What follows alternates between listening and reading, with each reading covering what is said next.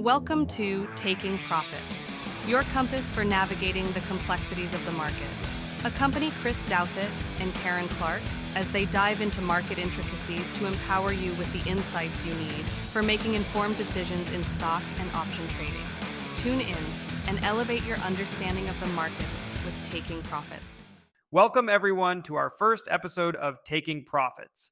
I'm your host, Chris Douthit, and with me is the wonderful Karen Clark.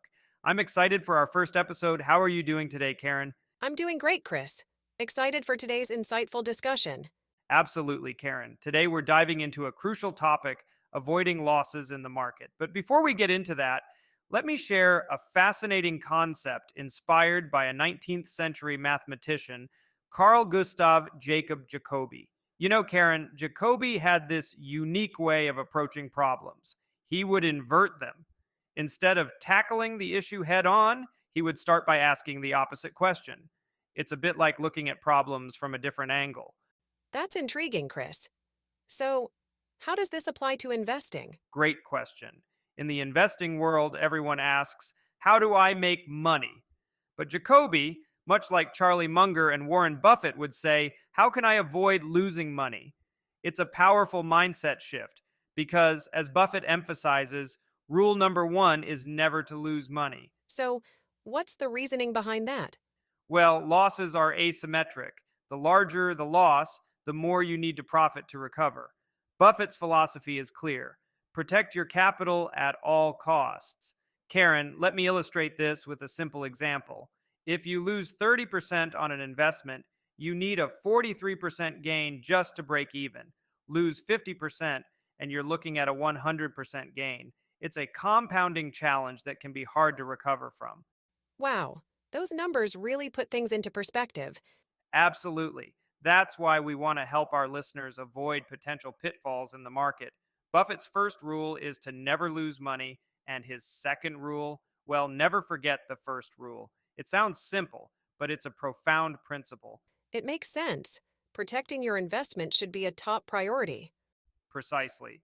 Losing money doesn't mean you should bet against stocks, because that can also come with its own set of risks if you don't understand how to short stocks or make downward directional plays with options. We will save that for another time. Today, we're going to discuss 3 specific stocks we recommend avoiding. If you own any of these, consider selling them right away. Now, let's dive into the first stock on our list of companies to avoid, Wayfair. Ever shopped there, Karen? Oh, I have. It's like an online furniture wonderland, but I can see how the shipping could be a challenge. Wayfair, often compared to the e-commerce giant Amazon, specializes in furniture and home goods. But here's the catch. It's much smaller, with a market cap of $7.2 billion compared to Amazon's colossal $1.8 trillion. That's a huge difference. Does size really matter in this case? It does, Karen, especially in the online retail game where scale is crucial. Take Amazon, for example. It invested a whopping $1 billion to establish its one-day delivery program. Wayfair, unfortunately, doesn't have the financial muscle for such endeavors.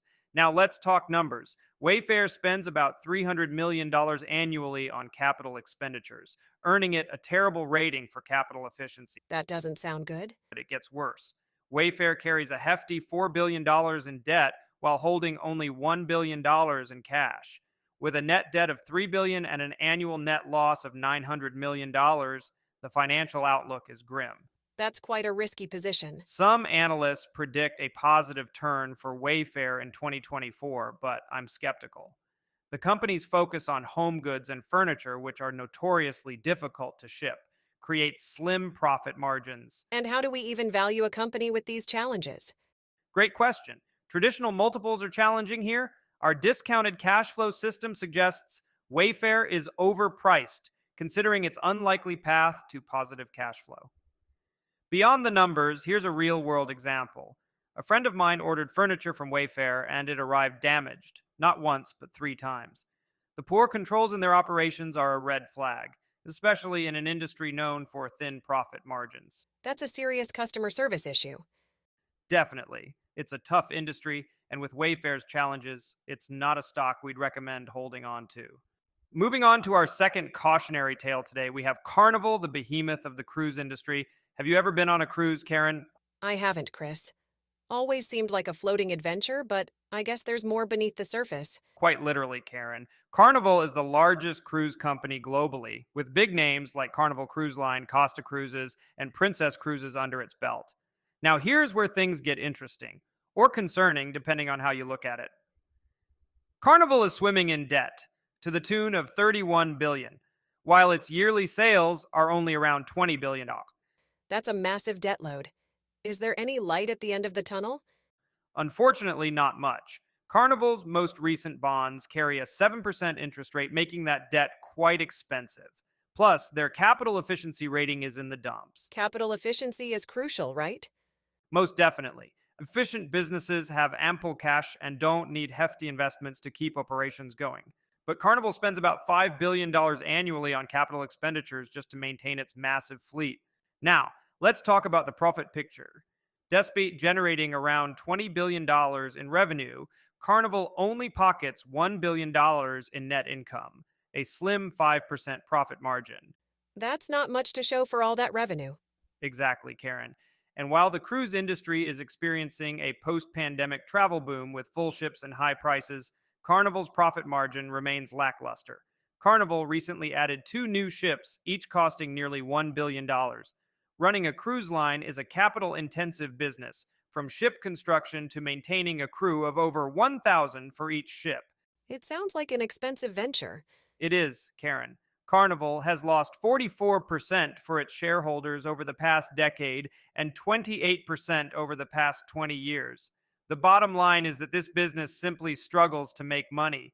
In a world where we can invest with just a few clicks, why choose a business like a cruise line with such inherent challenges? Good point. So, what's the takeaway for our listeners? Well, Carnival might be part of a post pandemic travel boom, but its track record shows little reason to invest in this company, let alone the entire cruise industry. And now, for our final destination in the world of stocks to avoid, we have Lyft, the ride sharing service that has become a household name. Have you ever used Lyft, Karen? Oh, absolutely, Chris. It's become a part of everyday life for many people. Indeed, Lyft, though a major player, is in a fierce competition with the ride sharing giant Uber. Let's delve into why Lyft is hitting some rough roads. With a current market cap of around $6 billion, pales in comparison to Uber's colossal $164 billion market cap. The competition between these two is intense, and the numbers tell quite a story. That's a significant difference. What's going on with Lyft? Well, Lyft's capital efficiency isn't shining. It's burning through cash, with negative free cash flow of $330 million in the last 12 months. Net income is also in the red, totaling $740 million. The financial struggles continue. Lyft's balance sheet shows $1 billion in debt against $1.6 billion in cash. However, when you're burning over $300 million annually, that cash cushion starts to wear thin. Sounds like a challenging position. Absolutely, Karen. Lyft's return on assets and operating cash flow are both negative, and its valuation, at 24 times expected earnings, still seems too pricey for a business facing decline. Lyft operates in what's known as a two sided market, a complex dynamic where it needs both passengers and drivers. This poses challenges. It can't attract riders without drivers, and vice versa. That sounds like a tough balancing act. It is, Karen. Google operates in a similar model, matching advertisers with search users. However, in this two sided market, Uber is dominating. It attracts more riders, which in turn lures more drivers, creating a self reinforcing cycle that Lyft is struggling to break. In the end, market share is the key battleground, and Uber is winning the race. While Lyft may strive to win back business, the odds are against it. It's tough to compete against a market giant. Absolutely, Karen. Skilled analysts can see how Lyft has been outpaced by its competition, and the outlook isn't promising. To wrap things up, we've explored three companies: Wayfair, Carnival, and Lyft. Each face challenges in financials, capital efficiency, valuation, and market dynamics. These stocks, unfortunately, don't paint a rosy picture for potential investors. It's been quite a journey, Chris. What's the takeaway for our listeners? The takeaway is clear, Karen. These stocks, with their poor outlooks aren't worth your investment dollars. Avoid them at all costs. That concludes today's episode of Taking Profits. We hope you found our insights valuable in navigating the sometimes tricky waters of the stock market. Absolutely, Karen. Remember, making informed decisions is the key to successful investing. Until next time, happy investing.